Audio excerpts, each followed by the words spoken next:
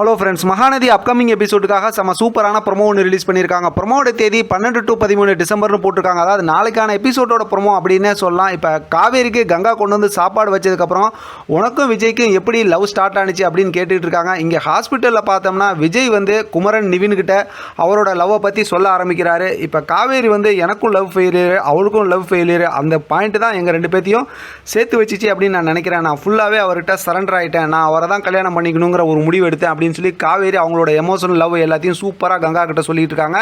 அதே மாதிரி இங்கே விஜயும் பார்த்தோம்னா நிவின் அதே நேரத்தில் குமரன் கிட்ட ரெண்டு பேர்த்துக்கிட்டையும் அவரோட லவ்வை பற்றி சொல்லிட்டு இருக்காங்க.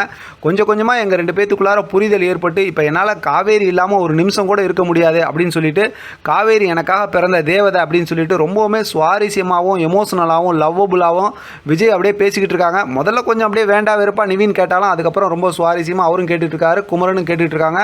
ரொம்பவுமே சூப்பராக இருந்துச்சு இந்த ப்ரோமோ பார்க்கறதுக்கு. இதுக்கப்புறம் இருக்க எமோஷனல் மூமெண்ட்லாம் எப்படி நம்ம ஃபேஸ் பண்ண போகிறோன்னு தெரியல. டைரக்டர் நம்ம மேலே கொஞ்சம் கருணை காட்டினா நல்லாயிருக்கும்னு நான் நினைக்கிறேன். இதை பற்றின உங்களோட கருத்து கமெண்ட் பாக்ஸை தெரியப்படுத்துங்க. தொடர்ந்து ஆதரவு கொடுங்க. தேங்க்யூ ஃப்ரெண்ட், தேங்க்ஸ் ஃபார் வாட்சிங்.